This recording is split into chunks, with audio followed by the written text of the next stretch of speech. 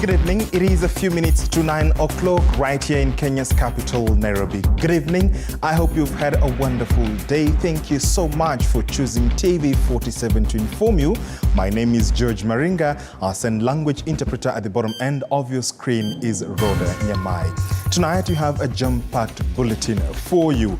My guest is a gentleman you'll want to listen to, the former Member of Parliament for Mukurweini constituency, that is Kabando Wa Kabando.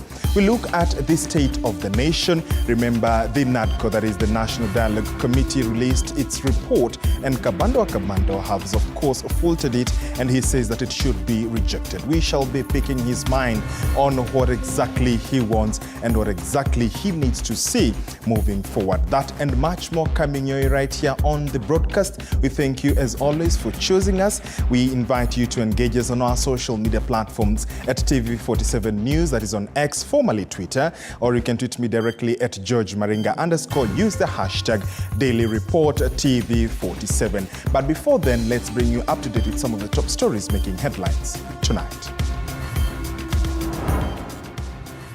Tonight, government finally acknowledges that floods have caused significant damage, with President Ruto convening an emergency cabinet meeting to devise strategies to rescue the victims. Resulting from the El Nino, of course, what has happened is that we have seen widespread flooding that has regrettably led to the loss of lives, displacement of families, disease outbreaks, destruction of infrastructure and property, as well as prolonged power outages across Kenya and many parts of the Eastern Africa region.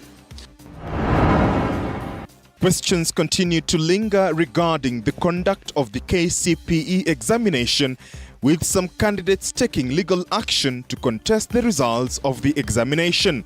Tukiangalia ni kama haya matokeo yalikimbizwa. Plus, varied sentiments arise following the launch of the National Dialogue Committee's report on the talks between the government and the opposition. Mimi nataka rais hiyo report atuachie sisi tuikarange kule bunge. Our SMS line is open to 2047. We invite you to begin with your name, where you're watching us from, and your question or comment regarding the bulletin. Also, the conversation that we shall be having with, as I mentioned, Kabando Wa Kabando, a Kenyan politician as well as an activist. We thank you for joining us on terrestrial platforms. You're also streaming live on YouTube as well as our website as well. Thank you so much for joining us.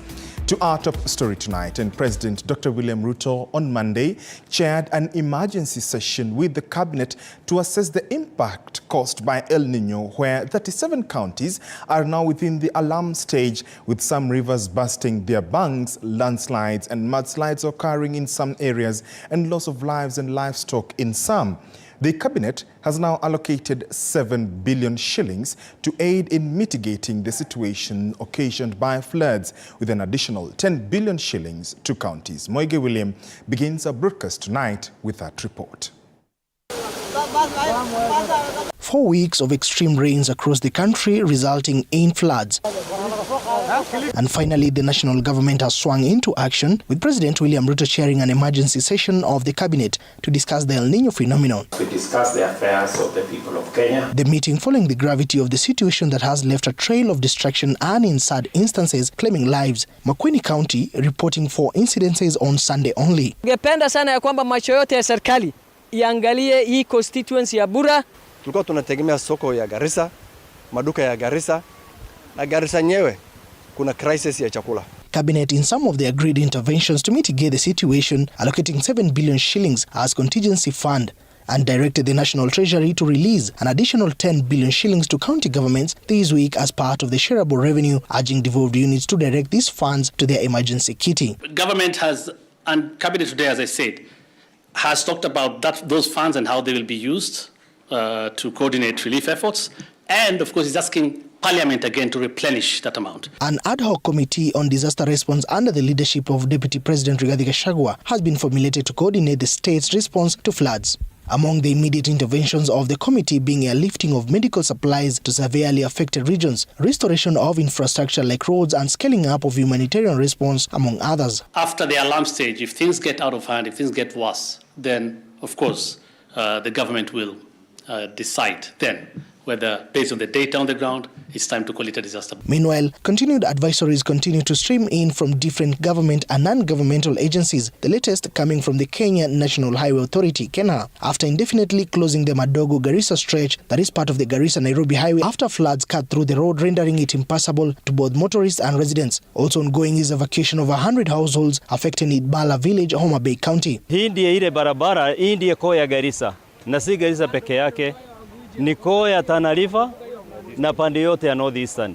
Ukiona hii barabara imekatika ni kumaanisha 1, Garissa itakuwa na chakula, 2, fuel hakuna, number 3, and the most dangerous critical situation ni kwamba saa hii kukigonjeka ugonjwa create kwa Garissa, unless akufe hakuna vile mtasaidia. Cabinet has submitted a proposal to Parliament advocating for an increase in contingency funds and the streamlining of the budget through supplementary appropriations. In response, the National Treasury has been instructed to reallocate funds within their budget to bolster support for the emergency response. Mike William, TV47. Moige William, thank you so much for that report. Now, the High Court has temporarily stopped the implementation of 3 held acts until next year, February. When the matter came up for directions before Justice Chacha Mwita of the High Court in Nairobi, he noted that he was satisfied that the petition raises constitutional questions that deserve urgent and serious considerations. The court further directed that the pleadings to be served to the respondents immediately and that they file their responses to the petition within 7 days after service. The 2023 Social Health Insurance Act introduces various provisions, including the expansion of health insurance to all Kenyans based on member contributions with government-subsidized coverage for the underprivileged. Additionally, it mandates the establishment of 3 funds, namely the Primary Healthcare Fund, the Social Health Insurance Fund, and the Emergency Chronic and Critical Illness Fund, along with the creation of a new government agency to oversee this initiative. The Primary Health Care Act of 2023 lays out a framework for the delivery, access and management of primary health care services. Simultaneously, the 2023 Digital Health Act outlines the formation of the Digital Health Agency and a framework for the provision of digital health services, recognizing health data as a crucial national asset. This act emphasizes the importance of privacy, confidentiality, and security in the sharing and utilization of health information. In a petition submitted urgently through lawyer Harrison Kinyanjui, the petitioner contends that all 3 health acts are unconstitutional on multiple grounds, including the alleged deprivation of Kenyans' rights.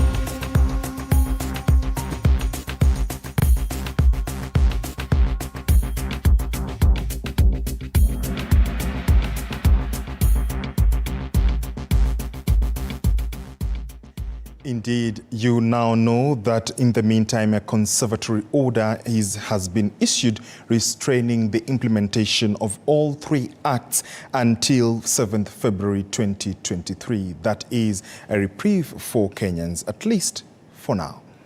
Barely 2 days after the bipartisan team released its final report, a section of Kenyans has rejected the report, noting that the purported agreement does not immediately impact on the cost of living.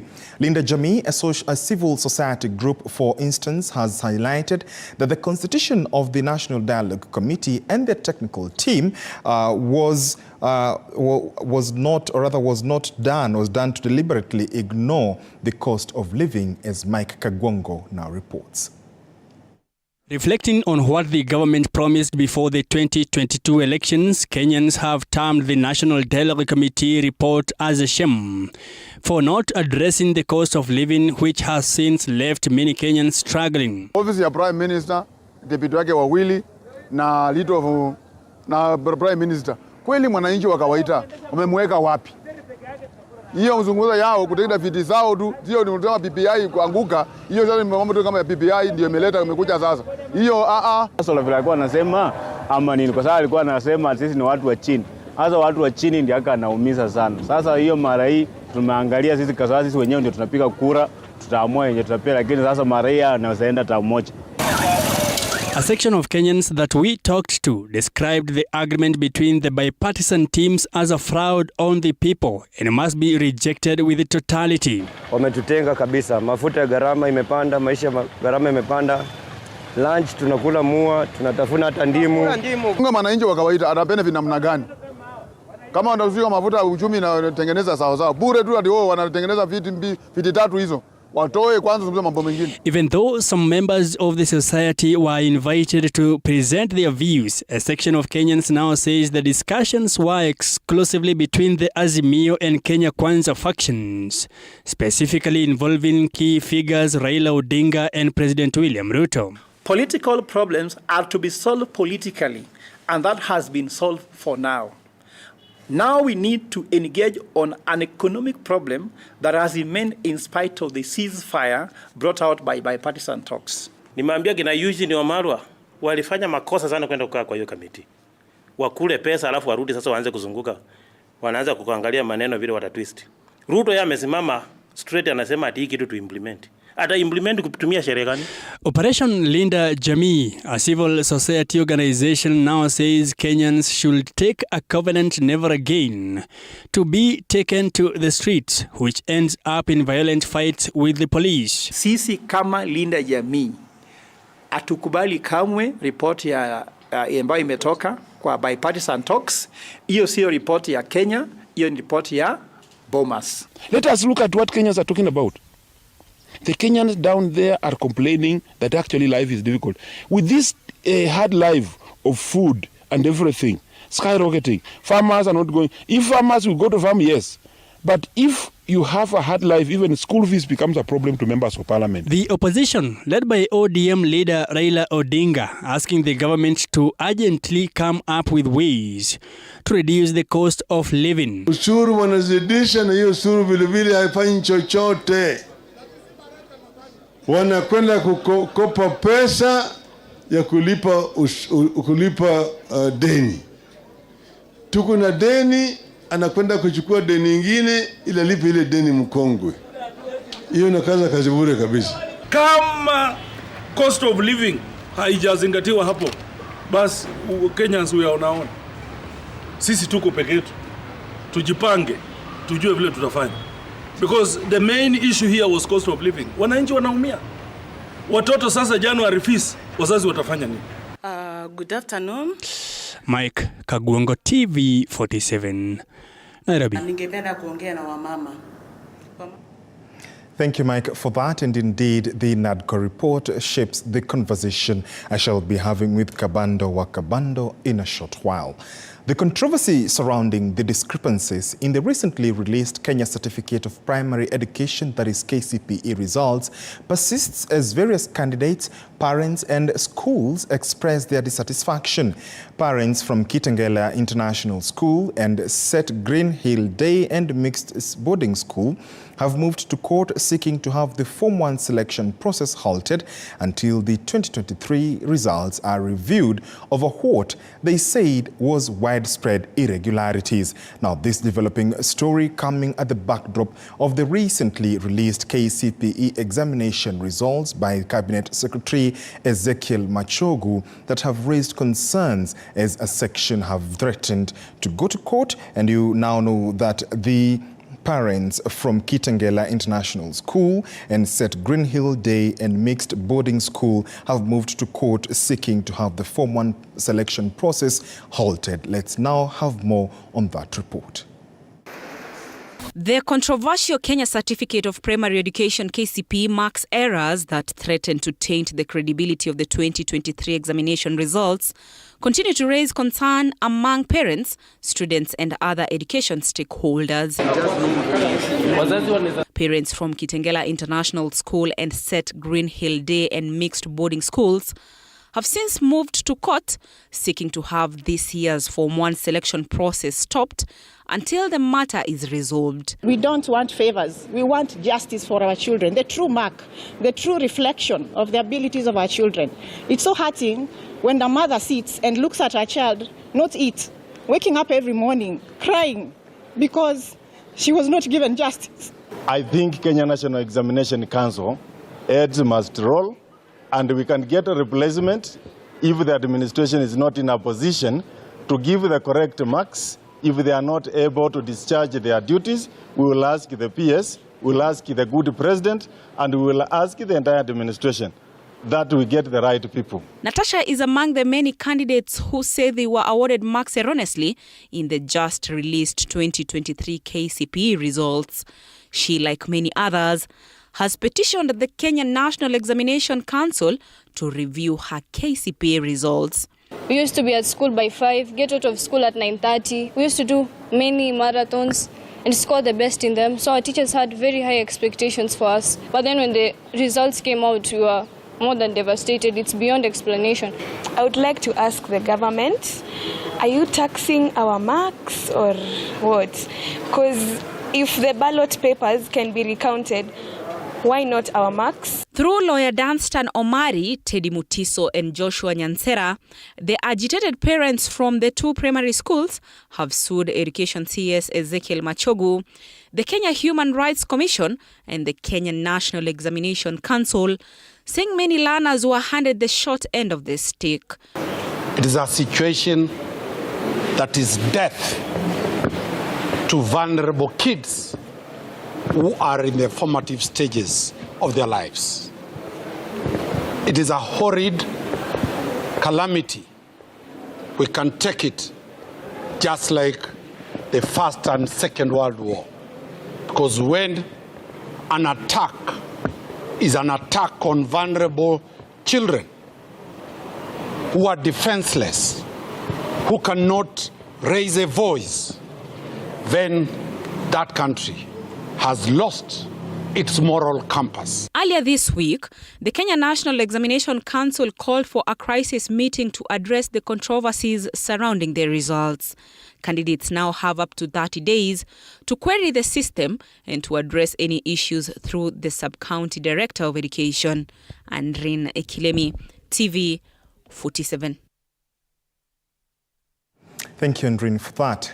4 people have died and 4 others injured and rushed to hospital after allegedly trespassing the land of Kenya Ordnance Factory, which is owned by the Kenya Defence Forces KDF, for allegedly stealing maize in Chebarus, Uasin Gishu County. It has been alleged that the victims trespassed the land during the night but were found by the military on patrol. The Deputy County Commissioner Charles Hinga has urged residents to be calm as they have called on the government to intervene, saying they are threatened by the injustices in the area. Squatter pia upande ule wa maili 9. Na leo tumeamkia mambo ya kushangaza kwamba tumepoteza vijana wetu ama watoto wetu karibu 4 5 na wengine wako hospitali. Na yote ni kwa sababu ya hii kampuni ambayo inaitwa Kenya Ordnance Factories, hii ambayo iko hapa hivi. Kampuni hii imekuwa na mzigo kwetu sana. Ng'ombe zinashikwa, unasikia kuna fine ya shilingi 2,000 kila ng'ombe. Kondoo zikienda huko ndani zinapotea, wamama wanapigwa, watoto wanapigwa, kuna wengine wanavunjwa miguu, wanafunga barabara. Sasa tunashangaa tuko Kenya gani? Hii maafa, asubuhi assistant chief alinipigia simu akanieleza kuna watu ambao wameuawa pale, na mimi ndio nikatangulia kuja hapo mara ya kwanza, nikakuta ni watu 3 wamekufa. Kidogo tukateremka pale chini, tukaenda kupata watu imeongezeka, imekuwa 4, na vijana yenye walikuwa wamepata injury ni karibu vijana 5 wengine ambao mimi nafikiria saa hii wamepelekwa referral. Tunakubaliana na viongozi wa jeshi, wamesema tutengeneza search team. Tukakubaliana kwamba community watoe watu 20 the most trusted, na pia jeshi itoe askari kadhaa, na pia Kenya Police imetoa askari. So saizi tunapoongea wako sambani wakitafuta manusura ama miri. Now, the government has said it's working to ensure technical and vocational education training institutions, that is TVETs, are well funded and equipped so as to complement universities and colleges in the country. PS for State Department for Technical Vocational Education, Dr. Esther Thara, has said plans are underway to ensure competence-based and education and training curricula is well formulated and rolled out to technical vocational education training institutions across the country. Dr. Thara presided the handing over of the new TVET curriculum in the Curriculum Development, Assessment and Certification Council CEO Professor Kisilu Kitainge. On his part, the new CEO Professor Kisilu acknowledged the big task ahead as he takes up his new role, noting that he is ready to steer the institutions forward. The incoming CEO of TVET, it marks the beginning of a bright future in the TVET sector in Kenya. This moment symbolizes growth, progress, and continuous pursuit of excellence. The Kenya Kwanza government is angling towards industrialization, and it's banking on the TVET sector to spur industrialization in Kenya.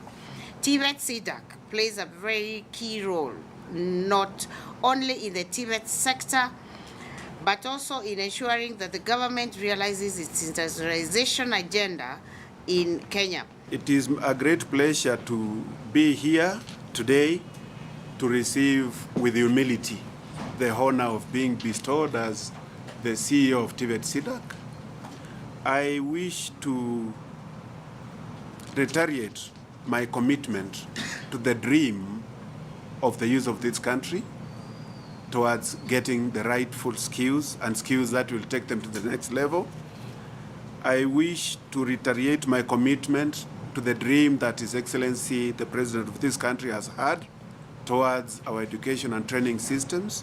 I reiterate my commitment to achieving the dream of Kenya Kwanza in all matters TVET.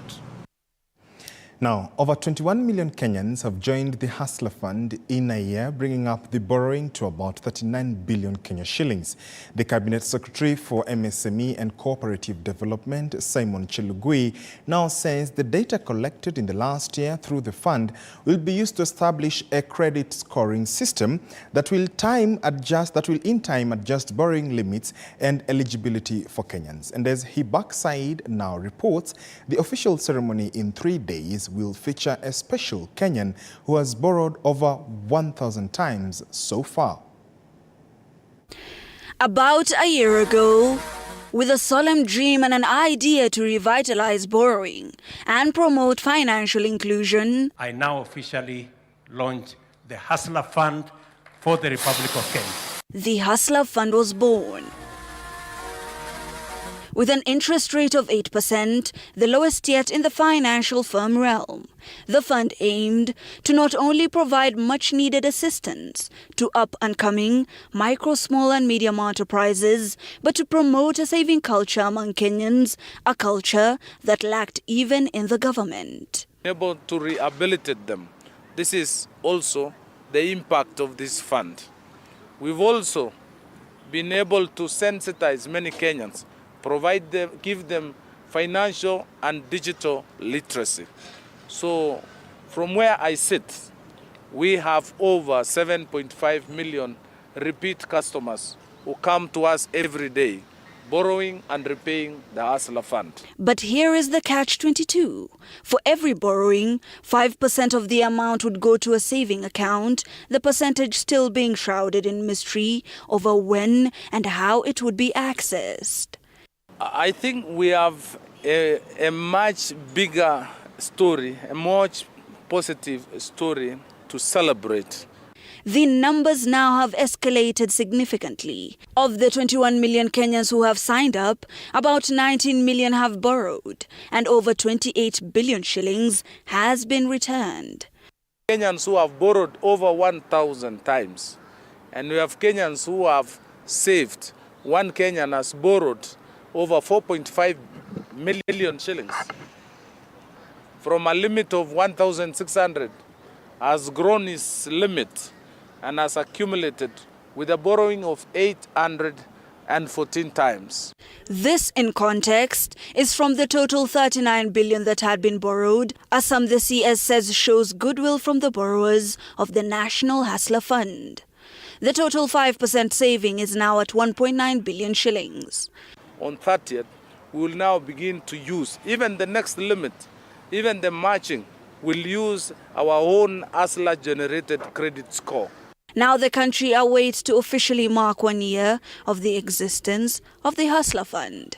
With 39 billion Kenyan shillings already disbursed and a 70% repayment rate, the Cabinet Secretary for Micro, Small and Medium Enterprises and Cooperative Development says the 30% is really a non-factor in the grand scheme of things. Now the credit score system from the data secured for the last year is going to be used to change the financial systems in the country. Hibak Said for TV47. Thank you, Hibak, for that.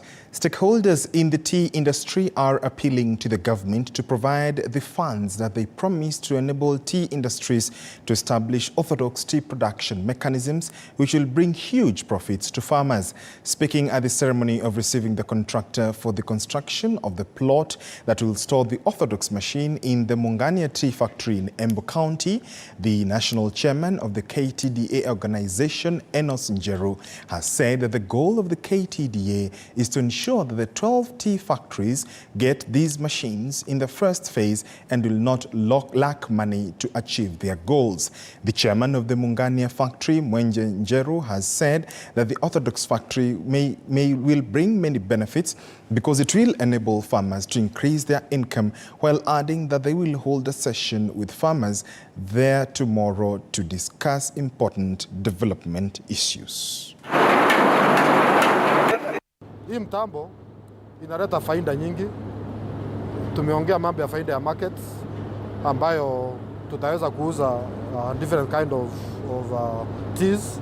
Lakini zaidi ni kwamba hii mtambo italeta gharama ya production cost, ile gharama ya kazi ya kuprocess chini sana upande wa lepa na upande wa stima. Mashini ya orthodox ndio tunataka kuweka, na ni mojawapo ambayo tumeona zile factories ziko na hii machine ndizo zimeweza kupata pesa mzuri kupitia malipo ambayo tumelipa wakulima wetu ya bonus ya mwaka uliopita ama mwaka huu. Niseme ya kwamba tuna matarajio makubwa sana ya kwamba tukiendelea mbele hata wakulima wetu wa hapa Embu wataenjoy kupata pesa mzuri.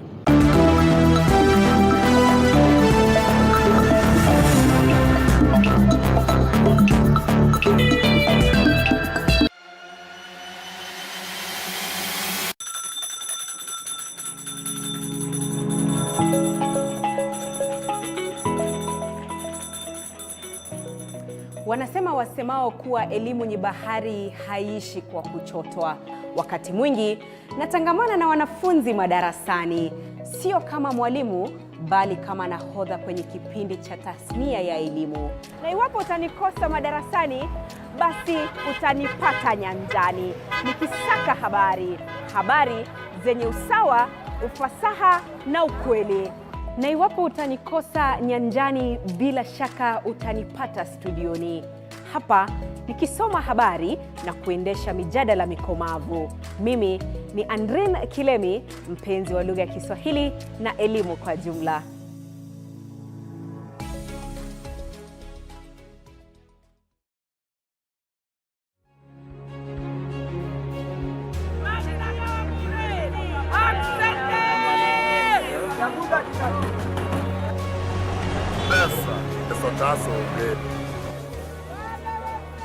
They say money makes the world go round. So let's slow things down a bit. Put things in perspective. From the markets to the streets to the stocks, we make the complex comprehensible. Join me, Hibak Said, on TV47 Business News for market insights like never before.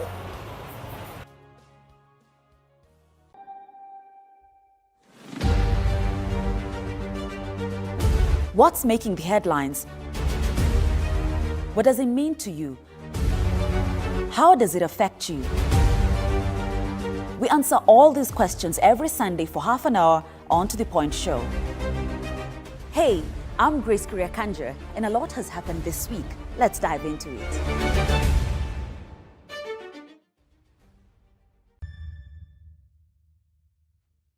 The news that matters the most is the one that hits close to home. When disasters strike, we are there to inform you. When the bullets are flying, we tell you who's shooting and why. Reporting on your victories, your health, your money, your security, your past, present, and future. We are interested in telling the stories of creativity, hard work, and resilience that you are known for. That is our job. This is my job. My name is Victor Moyakane, and it's my honor to bring you this news this way every Thursday night on the home of Untold Stories.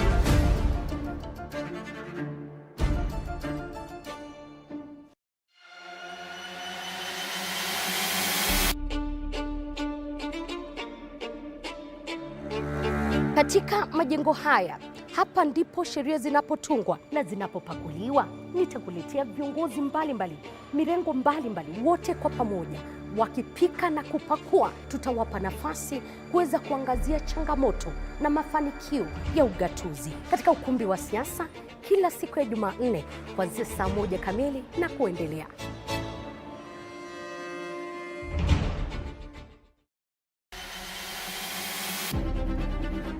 Toka eneo hili la Naivasha kwenye kaunti 032, gatuzi la Nakuru. Toka kaunti ya Elgeyo Marakwet, kaunti 028. Nikiripotia runinga ya TV47 kutoka kaunti ya Wajir. Nikiripotia TV47 kutoka kaunti ya Turukana. Kwa matukio yote yanayojiri katika kaunti hii 012. Kutoka kaunti nambari 1, kaunti ya Mombasa. Nikiripotia TV47 kutoka kaunti ya Lamu. Nikiripotia TV47 kutoka Kisii County. Nikiripotia TV47 kutoka kaunti ya Machakos. Kutoka kaunti hii ya Trans Nzoia. Kaunti 038. Kutoka gatuzi nambari 029, kaunti ya Nandi, chemichemi ya mabingwa. Nikiripotia TV47 kutoka kaunti ya Kakamega. Itakuwa nikiripotia runinga ya TV47 kutoka kaunti ya Bungoma. Jina langu ni Paula Munio. Willy Dennis Jiru. Fabian Kibet. Mimi ni Hashim Jimal. Mimi ni Kitio Mika Masai. John Javakiania. Jina langu ni Abdulaziz Nameka. Mimi ni Kombo Alfayo. Jina langu ni Nicholas Mbai. Isaac Famba. Mimi ni Wanji Sosti. Jina langu ni Arnold Adidi. Jina langu ni Chris Bet. Jina langu ni Violet Auma. Na TV47 inapotamba, mimi Sheila Chelangat nitakuwa nikiripotia maswala yanayokuhusu wewe kila kuchao.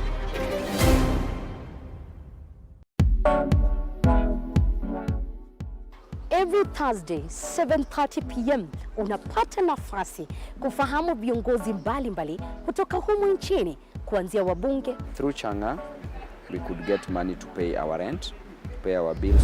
When I was growing up, water was a problem where I was born and bred. We wake up at 3 to go and look for water. Magavana must be ready to be a tough woman. And not a woman to be walked over. Kwa hivyo But you respect people. Ndani ya Mfahamu Kiongozi, story na historia, na mi Elizabeth Muchuku.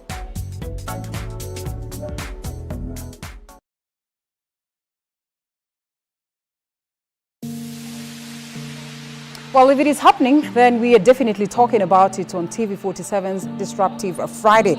Don't miss a moment on the most technological and disruptive moment on TV.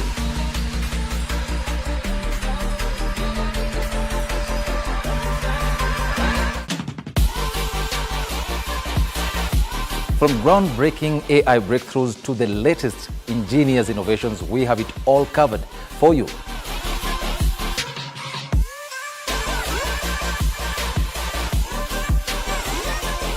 Get ready to see the future unfold right in front of your eyes. My name is Eric Munene.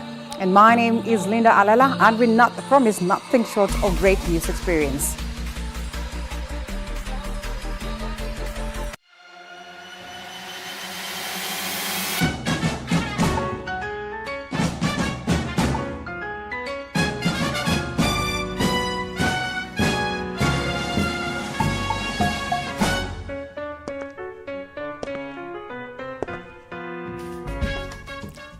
The thing about coffee is it means different things to different people. To some, it is what gets them going every day. The ability to transform groggy mornings into vibrant beginnings. To others, it is a fuel that drives them through the day. The thing about coffee is that we like it differently. I love mine with a little bit of a sweetener. And I love mine strong. For me, the darker, the better. The thing about coffee is it gives a platform for sharing news and reviews. The best opportunity for a great conversation. It is the perfect way to kickstart your day. And here, we serve it hot.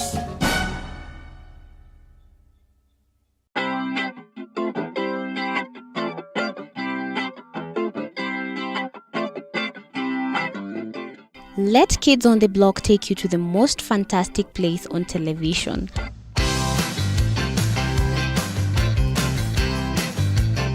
Where anything can happen. Today I have an interesting story about the lion and the mouse. Today we are going to prepare mug cake. We are having Hilda. We're going to be making this worm, and it's a bookmark. Catch Kids on the Block every Saturday at 9 a.m.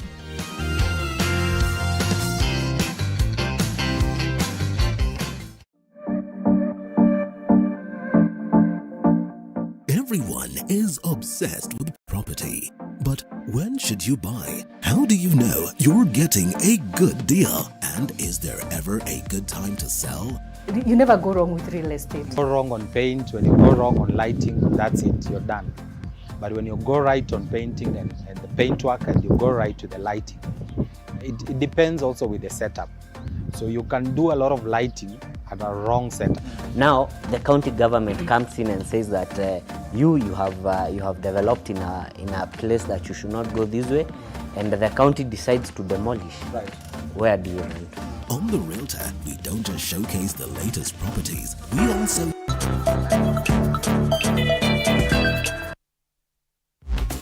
Well, hello there. Thank you so much for staying with TV47 right here on the Daily Report. My name is George Maringa. Time now for the conversation with former Makureni Member of Parliament, that is Honorable Kabando Wa Kabando, on matters state of the nation. And we shall be looking at, what is going on around the country. Remember, he has been very vocal regarding several issues in the country. Thank you so much, Mheshimiwa Kabando, for joining us. Asante sana ndugu Maringa. It's a pleasure to be here.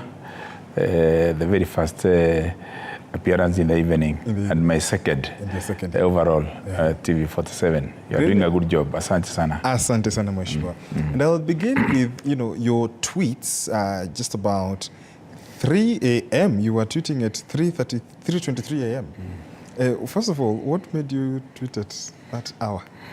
There 5 of my close friends that I communicated with in the morning around that time. And it was something peculiar. I've had a very interesting last 1 week on personal matters. And also over the weekend, I had you in your spot, you mentioned dealing with the golf. Yes. Although I'm not an avid golfer myself, I was very engaged from Wednesday all the way to Saturday on my home club's chairman's last week and this week's captain's prize. So it's been a very interesting week. So for some reason, I got a routine of up to late in the night for the past 2 weeks. So I have been trying to adjust. And so today, or yesterday, I would say, let me say today, at around 2:30, my sleep escaped.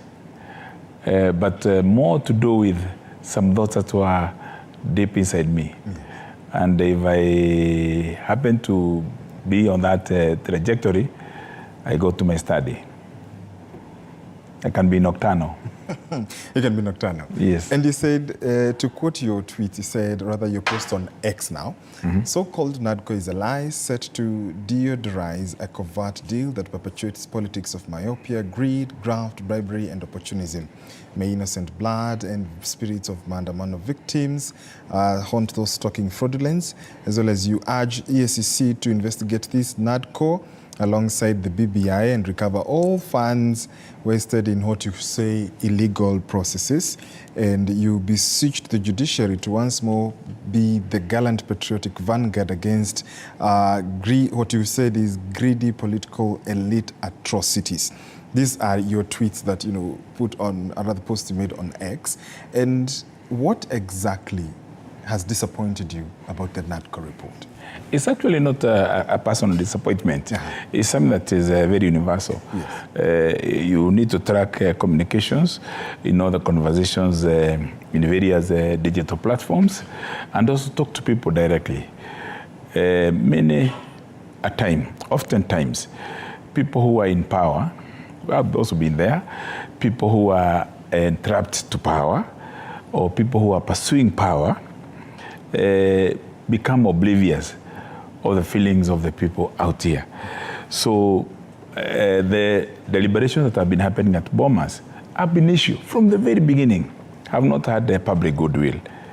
You can hear politicians, like I'm one of them, because they are supporting this formation, that is either Raila formation or the Ruto formation, because those are the two that have been bipartisan. There's not been like the Bomas of 2003, 04, 05, where you had stakeholders drawn from across the spectrum of people and the diversity of opinions. Yes. So there's been a discussion between Raila men and Ruto men. And by men, I mean men and women. So the people may be saying they are disappointed, but it's not really a radical disappointment. It's a confirmation of what people already knew, that there has been what you call political chicanery or political deception underground.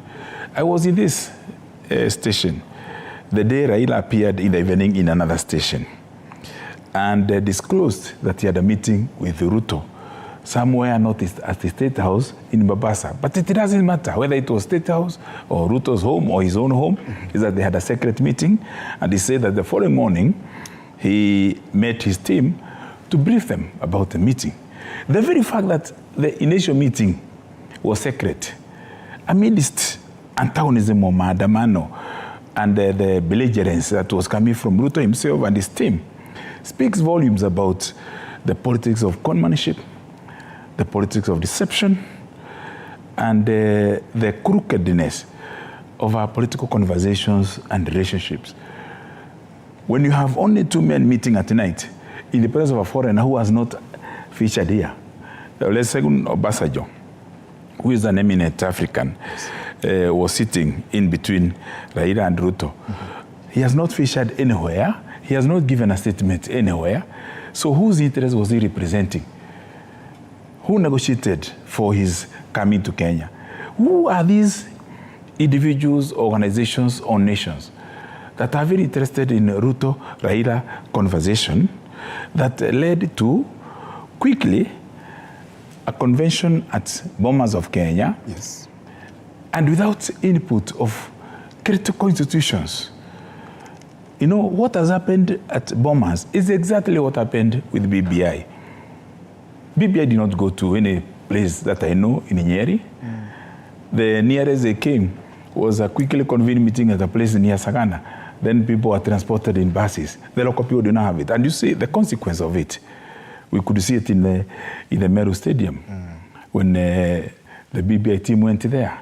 You could see people are completely disconnected. People are bussed from Laikipia, from Nakuru. That is the region, Mount Kenya region. Then in Kisumu, Homa Bay, Migori, and Siaya, people are bussed again to Kisii. So, in a nutshell, what has happened and the report that has been presented by Kalonzo Musyoka and Kimani Ichung'wah is actually a fraud. And it is something that needs to be investigated. It's only that, unfortunately, EACC, again, like in the past, captured by the mercenaries of political falsehoods. Otherwise, today, EACC should be investigating how money was appropriated, who was paid what at Bomas, for what intention, why is there no transparency? Who is facilitating this? In the original Bomas that led to the referendum of 2005, there was inclusivity of players. The referendum fell. But in 2010, again, there was a lot of activities across the country coming together, and that's how we have devolution. That's why we restructured the executive. That's how we empowered the parliament. That's how we created constitutional commissions, you know, from human rights to salaries, to gender, to public service. Okay, we have very many institutions that are supposed to empower our governance from 2010. This particular report from so-called, because it is not at the National Dialogue Committee. It is not National Dialogue. Let's call it what it is. This report by Raila and Ruto team, okay, is about creating positions. Office of the leader of opposition, yes, with the two deputies in parliament. I don't know whether they will go to Senate or they will go to sit in the National Assembly. Then we have a position of Prime Minister. Ruto himself was the very first person. He was very opposed to the end, or pretended to be opposed to the call for a national dialogue. But he was the first, yesterday in church, to say, I have seen the highlights of this report, and therefore, they are welcome. I endorse them immediately. Because he said the report is good for the country. It's good. When did he read it? Then Raila today was saying somewhere, I think he was somewhere in Kisumu, yes, he was saying that he has not read. They are going to convene on Wednesday, the day after tomorrow, to give a report. The truth of the matter, because we live in this country, yes, and we know the contours of this country, is that they know what is in that report. It is them who wrote it. What was happening at Bomas and elsewhere was just motions in order to in order to deceive people or mislead people. So didn't Azimio go to maandamano? What was the cause in maandamano? There were two things: electoral theft or electoral fraud, or issues to do with the presidential elections last year, yes, and the question of cost of living. But when the list of issues to be discussed was presented, the cost of living matters were sidelined until we made a national outcry, and then it was included. Today, it is absent. Where then does... What is the priority for this country today? It is to ensure, my friend Maringa, yes, that thousands, millions of students who cannot access university education do access now. As I speak, and as we talk about other issues, the question of depression is escalating daily. And the suicide cases, I had a conversation with people from my county here. You remember last year in July, there was a report from about that county. And the previous year, there was a report even carried by the Guardian newspaper of London about the young men being, the crisis of suicides because of mental health, because of depressions and all that. Yes. Now, we have missed university education. Fees is not for the coming. The Higher Education Laws Board is not for the coming. We are now grading courses. If you are admitted to do engineering or architecture or law or those professional courses, including medicine, you're supposed to pay higher fees. So we have now made university education, tertiary education, an exclusive benefit for those who have money and those who are able to manipulate their way in by way of maybe scholarships, or they have agencies that can give them bursaries. Look at what is happening with KCPE. Okay? Yeah. Today, you are seeing a school, nearly 100 students are getting the same mark. Same mark from the first one to the last one.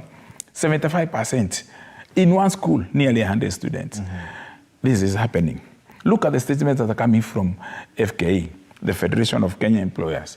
Look at the statements that have come from the blue chip companies that are listed in Nairobi Stock Exchange. Relocations, close downs, look at even reports on from financial institutions, including banks. Our key banks, 20% drop in profits. In Tanzania, in Uganda, in DRC, profits up. So we have a crisis not of political leadership per se. Of course, my view is that Ruto has failed. And I would say this 24/7, 365. As a president, you can see his advisors, how arrogant they are. You can see the ministers, what they are saying every day. You can see he's telling us to tighten our belts when he is wearing a $1 million Kenyan shillings belt. But the truth of the matter, he is the president. Okay? The truth of the matter is that buck stops at his desk. At his desk. He has constitutional obligations to deliver for the country. But the issues being addressed by this so-called NADCO report have nothing to do with the resolutions of the problems bedeviling our country today. So where do Kenyans then, Mheshimiwa, look up to? Because then this is a government that was voted in. Yes. There was a presidential election petition. Yes. But, the government is the government. Yes. Over 1 year now in office. Where do then Kenyans look up to? Kenyans have had hopes dissipated, but we have had a resurrection of the same. So we may be disappointed with the president, but you have your MCA at the local level. Okay? That's is a constitutional office. Okay, that was elected. There are 1,450 MCAs elected directly by the people. So because of the importance of devolution, we should be asking questions from the top to the bottom, from the bottom to the top. Therefore, what are our governors doing? They have received the money. They have devolved functions. Yes. Therefore, we have members of parliament. And by parliament, I mean the county assemblies, the Senate, and the National Assembly. So we can look up to those people individually, not collectively, because they're still good people among our elected leaders. They are there. And they are speaking the right things, they are trying to do the right things. The environment may not be very, very, very good. But also there is another movement that was very important and has always been important in the world, and that's a non-political, non-partisan, and perhaps even non-political organizations like the labor movement. Of course, the labor movement in Kenya, is in ICU. It's opportunistically shifting according to who is holding the bone. Then you have a professional organization like Law Society of Kenya doing a very good job even now.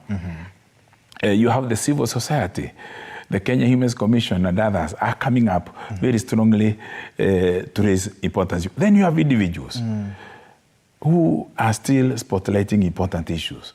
Like now, the CJ, Chief Justice Emeritus William Mutunga, and others. We still have those voices there. We have activists like Ruben Kigame and others.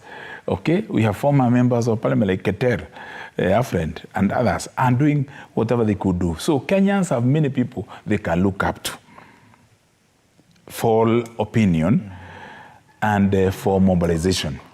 And I think when government fails to work, when there's darkness in the realm of power, even the dimmest stars will shine brightest. Whereas the government at the same time, Mheshimiwa, has requested Kenyans to, to give them time to be able to implement this. We all know that Rome was not built in a day, so that the Englishmen say.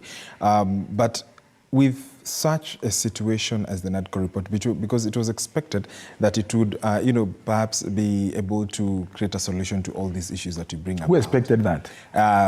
Who expected that? A section of Kenyans, Mheshimiwa. I'm telling you, in this Kenya that we live,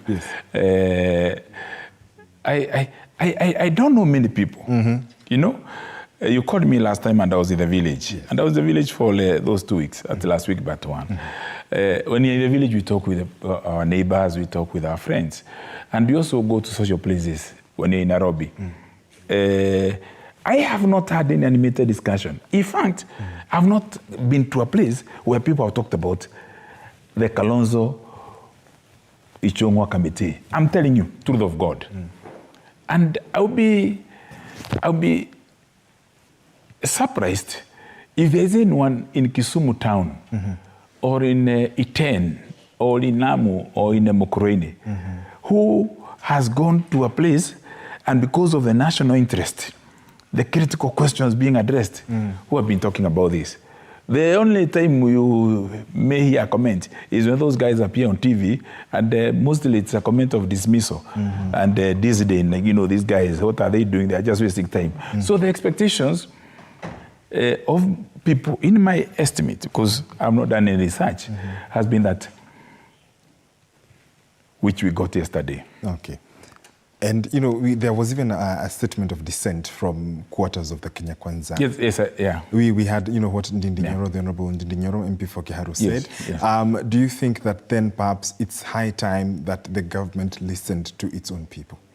Which government? Ruto's government? Yes, Ruto's government. It's a cacophony of a government. When you ask which government, yes, I'm saying yes. I'm being rhetorical in this regard. Ni kama swala la balga alihitaji jawabu. That there isn't any evidence so far that is statecraft, that is maturity and order and sovereign governance has emanated from the Ruto regime 1 year later. The statements that come from Ruto, from El Nino. Can you imagine? A whole president says, the people met, the meteorological department, the people in charge of weather, forecast, are saying now there will not be any rain. Okay? And he says that, casual like that. Then we get the director general of the department says, nobody has authority to speak about these weather matters, apart from these organizations. And then yesterday the president was saying, we went to Nyayo Stadium, we prayed for rain. Now you have a lot of rain. Okay? Then he met again a day before, 2 days before. He had a cabinet meeting. And then he said, we are going to have an emergency cabinet meeting on Monday. A cabinet is not an AGM where you can call a special AGM. A cabinet is the organ, topmost organ that governs a country. They are supposed to be 24/7 ready. They are not supposed to tell us we are going to meet after 2 days or 3 days. It is an emergency cabinet meeting. The question and responsibility of governance is an emergency at all times. You are receiving security briefs every morning. And on the hour, if something happens, like how some communities are being exterminated in Lamu, and without any security interventions that appear credible, or how bandits are running amok, despite in Baringo. despite all the assurances. You know, you get those briefs immediately. And sometimes you act without even announcing you're acting. What is happening in the root of administration is, you know, you call it trial and error leadership. You try this, then there's a mistake. You try the other one, there is a mistake. Well, the most famous statement from William Ruto when they were launching the manifesto of Jubilee at Kasarani 2017 was that the other guys then, NASA, were clueless, pointless, aimless, and so on and so forth. So I don't want to appear like I'm very harsh or very unkind to the government. But the truth of the matter is that this government is a skirmish, is rotten in corruption to the core. Whether it is the oil deal they are talking about, whether it's the rescue they are focusing on state corporations, running in campaigns every week, Thanksgivings everywhere, but those Thanksgivings is about M-Pesa priests and bishops being given money. But we are taking, as you are, back to the question, where do you look up to? You have seen people being excited about the two priests at the Holy Family Basilica, the Catholic priest. They are not only talking about Muheria now, the Archbishop in Nyeri. They are talking about any voice of sobriety and encouragement and inspiration emanating from the church. You are seeing many statements from Maboka in Bogoma County, Member of Parliament, from Nandhis, from Keter, even a tweet from Kabando or Mokoroini. You'll see a lot of response because people are very disappointed with the government. So we are not being unkind to the government, but I want anybody to flag. I've seen the economic advisors. Some of them are my friends, by the way. Some we even went to school with. And we meet them in the street. Do you speak to them? Do you tell yes, I can tell you even 2 days ago I had the opportunity to meet one and they spoke. But I can tell you, they are so ashamed and so paranoid, so fearful to appear even in social places or even to start with you to be introduced formally because they know they are on a bad wagon of a leaking ship.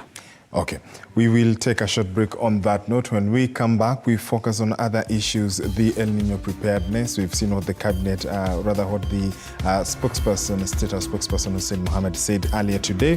Also, we look at other issues, including the education sector. Do stay with us and keep your feedback coming. You're watching the Daily Report.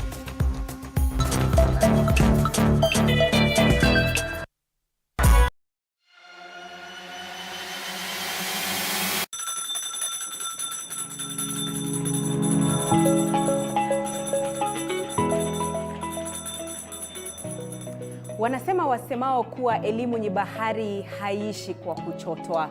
Wakati mwingi natangamana na wanafunzi madarasani, sio kama mwalimu bali kama nahodha kwenye kipindi cha tasnia ya elimu. Na iwapo utanikosa madarasani, basi utanipata nyanjani nikisaka habari zenye usawa, ufasaha na ukweli. Na iwapo utanikosa nyanjani, bila shaka utanipata studioni hapa nikisoma habari na kuendesha mijadala mikomavu. Mimi ni Andrin Kilemi, mpenzi wa lugha ya Kiswahili na elimu kwa jumla.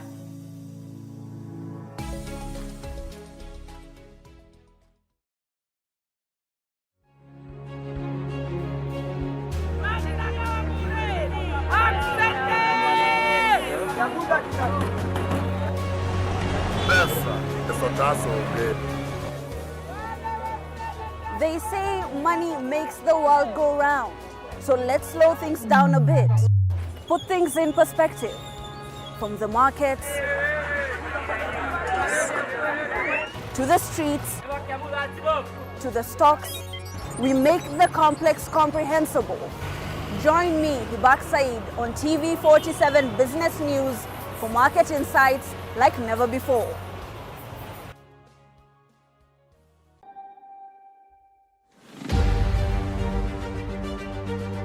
What's making the headlines? What does it mean to you? How does it affect you? We answer all these questions every Sunday for half an hour on To The Point Show. Hey, I'm Grace Kuriakanja, and a lot has happened this week. Let's dive into it.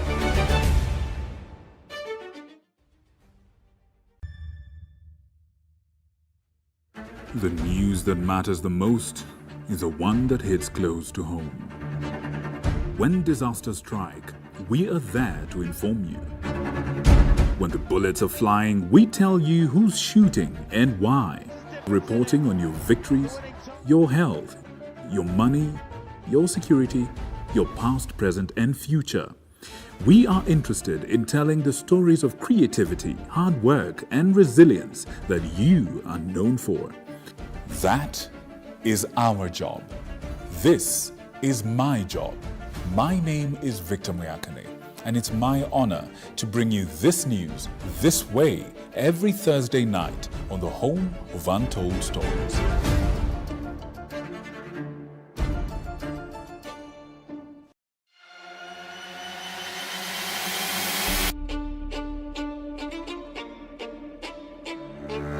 Katika majengo haya, hapa ndipo sheria zinapotungwa na zinapopakuliwa. Nitakuletea viongozi mbalimbali, mirengo mbalimbali, wote kwa pamoja wakipika na kupakua. Tutawapa nafasi kuweza kuangazia changamoto na mafanikio ya ugatuzi katika ukumbi wa siasa kila siku ya Jumanne kuanzia saa 1 kamili.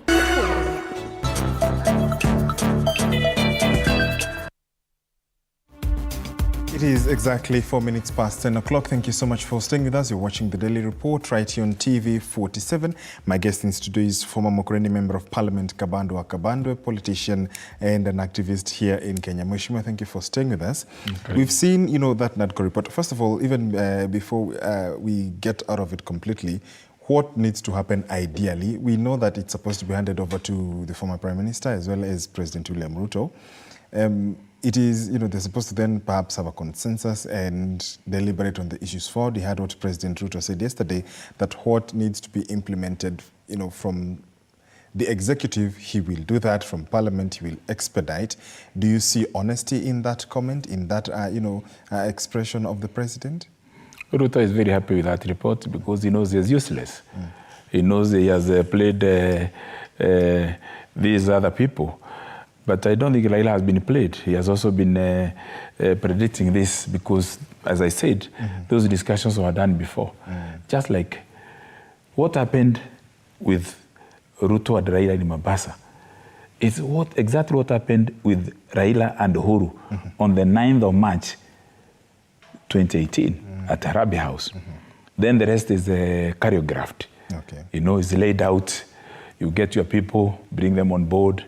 Then, we do some formations here and there so that then we can appease the people. I saw the statement that about the fuel crisis. Raila was referring to Ruto, President Ruto. So now Ruto is no longer illegitimate. So you see, through that process, and I will not be surprised, by the way. I will not be surprised that I'm not making any allegations because I have no evidence. Yes. But more often than not, in fact, always, money changes hands. Money changes hands. Yes, changes hands. So, and when money changes hands, it means it's corruption. It means it's a crooked and fraudulent transactional political process.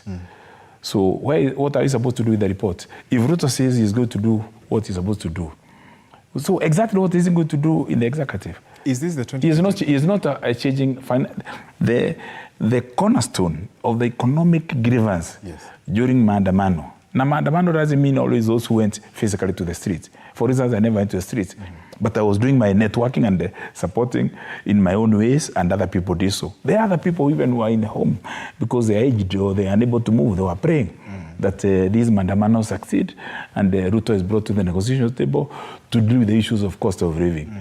Now, there is no question.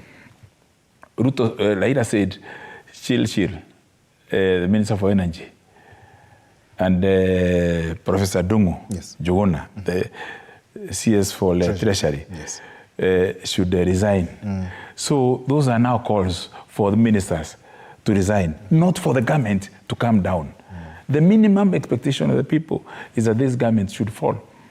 So then that report needs to be stored in another cabinet? That report, as I said, is a deception, is a fraud, it is totally useless, it has no space, and we are beseeching the judiciary not to submit not to become subservient, tail-wagging surrogate of Ruto's regime, like the independent commissions, including EACC, have become.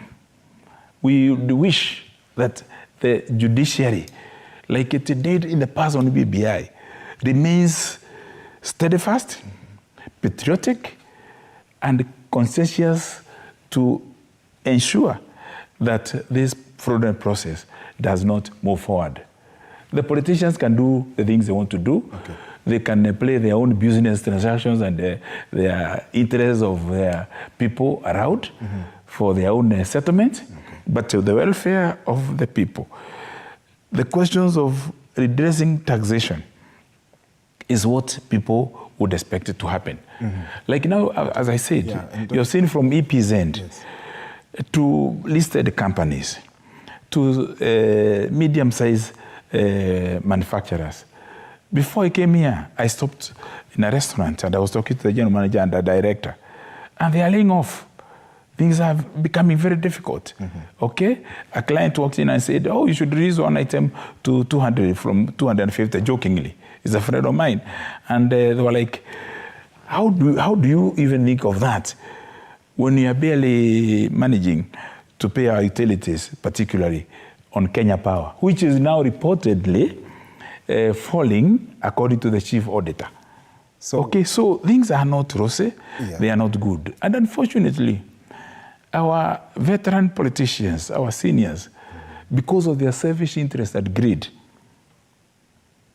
and their myopic pursuit of power at the expense of ideological menu, which means pushing Ruto, and we should do that as a president because he's already there, and myself, I say he is in office constitutionally. But that doesn't mean that he should finish his term. There are those of us who are praying, but the people pretend, and sometimes we play because we think to say these things is dangerous. We should mobilize Kenyans in our own small ways until we bring down the government of William Ruto. Because I'm telling you, like his friend Jirongo said, because we work together in YK, the greatest in Kanu, and they say that that clip you see is going now when he was being interviewed by Tony Gachoka in another television station, is that people have, it's like, over the weekend, let me bring this.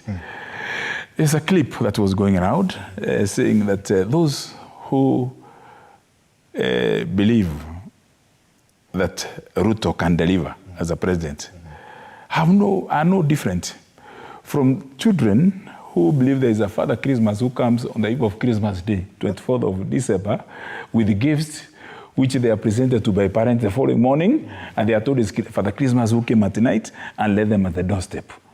That's too much condemnation for a head of state who is saying that he is I think those who are in opposition, and I'm in opposition, although not affiliated to any particular political party, have a very basic and foundational duty, inalienable duty, to call the regime in power to order. And today, we are vindicated on every step, every day, that whatever the wheelbarrow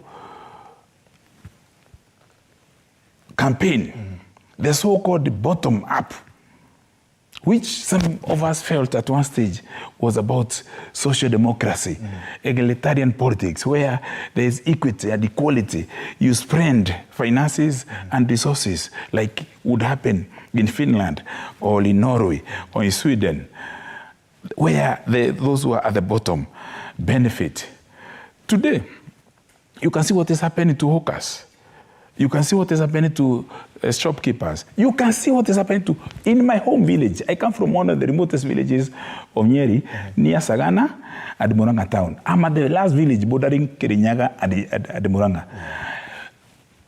People from national government, together with the people from the county government, are going to people's homesteads to record how many trees you have of avocados or macadamia, coffee, how many chicken you have. We are now not looking at elevating and empowering the farmer from the grassroots. We are salivating at every fruit we see being produced by a farmer who is drawing water using a jerrycan to go and water. And irrigate. And we are not talking about how much water we have taken as government to the communities to benefit. So it's not much condemnation. Ruto is a failure and is a disaster. In fact, let me tell you, my friend, just the other day, he was giving very good speeches around until Africans saw him. Recently, last week, he was in Tanzania. You saw what he was told by Samia. Yes, we want money on climate change. We want money from outside there. But what about we Africans mobilizing the resources we have to organize ourselves before we go with the begging bowl to IMF and World Bank and the European Union? Ruto was in Europe last week. And he was given a standing ovation. The following day, the European Parliament voted word for word, sentence for sentence, clause for clause, to anything to do with equality and equity in the financial system in the world. So they can clap for Ruto. They clap for Mobutu Sese Seko of Zaire as they raped the Democratic Republic of Congo after killing Patrice Lumumba. Let's look at... So really, I think I would be very dishonest and very unfair to the people of this country, including our children, and those that are looking up to us to give a voice to praise Ruto. What then does President Dr. William Ruto need to do moving forward? Because we've even seen that the courts, the High Court has suspended the implementation of the... Social health. Yeah, social health, the 3 acts which have now become into law. First of all, is taxation the way to improve a country's economy? You see, the courts are stopping this because of, he is now not even taxing the net salary. He's talking about your total income, even that which will be taxed, including the amounts that are meant for income tax, and others, NSSF, and so on and so forth. He's taxing now gross, everything. So it's another additional tax. Ruto calls himself a Kibaki. He says he'll be a Kibaki. But in terms of mannerism, Kibaki was a gentleman of Kenyan politics. In terms of demeanor, of decency, Kibaki will not, unless you saw those little jokes he had. Kibaki, even as a member of parliament in Othaya for nearly 5 decades, never insulting his opponent. In terms of listening, Ruto's cabinet, Kenyans need to know. Cabinet ministers are reading about appointments in the ministries done by Felix Kosgei, who is the head of the civil service. There are no ministers, there are no CSs. You are told you are the CS for agriculture, you are the CS for education and all that. Your Minister of Education is being run by a Ruto surrogate who receives a call from Ruto every morning to be told what you are supposed to do. Indeed. You have seen what has happened even in the appointment of a sugar company just last week. Okay? Nepotism. So what needs to be done, Mheshimiwa, moving forward? What we need to do is to keep the tempo on criticism. I know people say we should give solutions. We are not in government. I'm not a member of parliament, but I can lobby for the remedial legislation, and that we do, and we do in many formats. We talk to people we know, those who are ready to listen. We write petitions. We also agitate and lobby a petition publicly so that we campaign on issues that you have seen the media has done that also, individual through social media, and you can see moves being done. Now, I think the singular most important agenda now in Kenya for anybody who has a political voice is to shout, is to urge, is to lobby, is to network, it is to campaign, so that those who are in power can make the necessary remedial actions. well, there are areas that we know individual can be corrigible. Completely, they may not change. All right? But that is still the option we have in a constitutional democracy. Okay. We need to mobilize our caucuses, whether they are political leaders elected or political leaders, whether they are social or community leaderships and all that. We need to mobilize how we did in the past, and I think we are doing slowly. My former teacher and friend, Kabando Wa Kabando, was conversing just the other day. And he was asking, Kabando, what do we do now?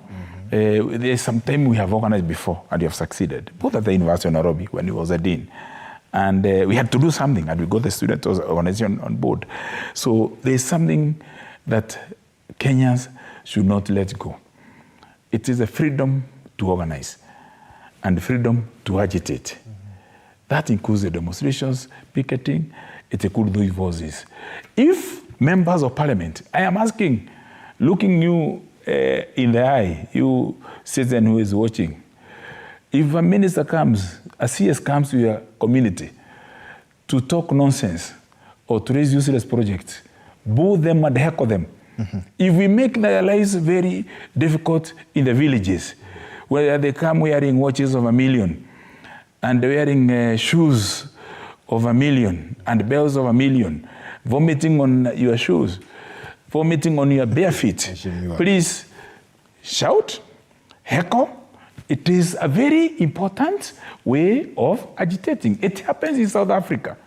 We are not going to arm the struggle in Kenya because we have a very good constitution. But then there must be a movement, and I want to, like, say here, supporting Raila and agreeing with him. What is happening when Chilchil was booed? It was a message to Ruto. Now, Kimor was booed. It's a message to Ruto. Ruto himself, particularly if he comes to my village, I can organize for him to be echoed. Mheshimiwa, those are your words. And well, I'm the one who is talking. You're the one who is talking. Yeah. But indeed, when you look at the solutions of then the president, in terms of perhaps listening to what is going on the ground, as you say, do you think that perhaps he needs to lend a more listening ear to the concerns being raised and perhaps take a different approach? Because you are seeing the courts have, quashed the second, this perhaps, after the housing levy, then now comes the health, quashing of the health acts. Do you think that perhaps then a slowdown or a U-turn or an about turn to perhaps get rid of the notion that the hustlers have been forgotten? Well, yes, let me answer that. But I want to answer that by first explaining a point. Okay. You see what Steve Biko did in South Africa, the struggle against racist apartheid. Yes. You see what people are doing in sympathy and in solidarity with Palestine. As a young boy, I always, when I listened to 1 o'clock news of Voice of Kenya then, I had the PLO, Yasser Arafat, leader, always visiting our capital to come solicit for solidarity. Sam Nujoma coming from Namibia, Oliver Tambo coming from South Africa. The global voices make a difference. And since now ours is the domesticated struggle. The world knows that Kenya is a free nation. We are a sovereign state. We have a very progressive constitution. We need now to cascade rebellion and resistance to oppression, to overtaxation, to robbery by government officials, to corruption and to incompetence by doing exactly what our forefathers, and I mean Martin Luther King in America, I mean even Malcolm X, I mean Nelson Mandela, and even Mahatma Gandhi in India. Non-violent protest in Kenya today is a very important and indispensable tool to stem the tide of tyranny that is emerging, like we are creating a new oligarchy, a kleptocracy, government of people who are very competent and very corrupt. It's very important to tell people that. Otherwise, we will be talking theories every day. I come here, talk about Finance Act, I talk about something else. I use my Twitter handle to influence people. Yes. And when I go to a village, I'll walk out on a priest who go to the podium, muses a funeral or a wedding or a prayer meeting to deodorize the state because the money has been sent or a car has been bought, or because you are part of the cheering crowd that has created hypotomy, to the extent that people in my community are being insulted for making their democratic choice and other areas. You have had people calling others to ganges, okay? Even maybe as we are sometimes attempted to do that. But it's because people are angry, are saying, you people, you did this. Kuleni ujeurienu, kitamuramba. So we need that. So then the judiciary stopping that act is what some people call judicial activism. Very, very important. William Mutuga brought it. Okay. And I think we still have very many voices. You know, when BBI fell, I was somewhere adjacent this studio in somebody's house. And I remember Professor Ngogi reading the ruling. And, even neighbors had to come because of the hearings we are making there. We need to encourage Kenyans to be outspoken, to be bold, to take a risk. We wish Ruto to succeed. We wish his cabinet performs well. But when you have a cabinet of thieves and incompetent people. Well, Mheshimiwa. No. Listen, there are people in the cabinet. Yes. I know this is not about TV47. This is about Kabando that gets you called. Yes. That you have people in Ruto's cabinet, some with murder cases being dropped, corruption cases, others in controversial deals on edible oil, on this. You have even a senator from Nandi. You know, the senator from Nandi was on TV the other day, this TV, saying that the cabinet secretary in charge of transport have been bribed to a tune of $100 million. That's a new DA senator, one of the closest confidants of William Ruto. So we have seen also the hope for this country. Yesterday, I read a tweet from my friend, and I call him my friend because we are friends, though we have not met now for nearly 2 years. David Day. Yesterday, he said, I'm not going to defend incompetence. I'm not going to support anybody vomiting on the public issues. I'm not going to support somebody corruption in government. David Day is the chief economic advisor to William Ruto. William Ruto praised David Day. He raised David Sechil. He praised Kipto of EPRA. And he also praised Mohammed Hassan because of the deal with Saudi Arabia and United Arab Emirates on fuel. So who is taking the money? Do you think then that the government is listening to such voices? It is not listening. And so apart from the action that you've spoken about, is there hope then for Kenya? The first action that should happen in Kenya, Ndugu Maringa of TV47, is that this report from bombers being signed by Kalonzo should not see the light of the day. If that report falls, it makes we who are in the opposition, whether we belong to Azimio or we belong to civil society or individual independence voicing, will come easily together. But if that report sees the light of the day, Raila will be in the parliament as the leader of opposition. We have mutilated the Constitution of Kenya 2010. In the system Kenya we have today, it's not hybrid, it's presidential. So we have the leader of majority, leader of minority, all the way to county assemblies. So if now you change at the top, you have Raila as the leader of opposition, and then Kalonzo is a deputy, and then Mother is a deputy. What happens to the other 48? 8 parliament, because then they will go to be either in the Senate. That's what they're going to work. Then you have the National Assembly and other 47 parliament in the counties. Okay. So if that stops, would be good. Number 2, Ruto sees Sir William Bill Samoei, you are the president. And some of us said, though we did not vote for you, you are legitimate and you are there in power. Kindly move fast and terminate your entire cabinet. Go back to the field, source new cabinet secretaries and new PSs, and start afresh. Perhaps you'll have an opportunity to deliver. Otherwise, with the team you have now, you are just carrying a jerrycan of rotten eggs. What a way to wind up the show right here on the Daily Report, speaking to Mheshimiwa Kabando Wa Kabando, of course expressing his sentiments right here on the show. Those are his sentiments, and of course they do not represent the stand of TV47. Thank you so much, Mheshimiwa, for joining us. I want to thank you very much.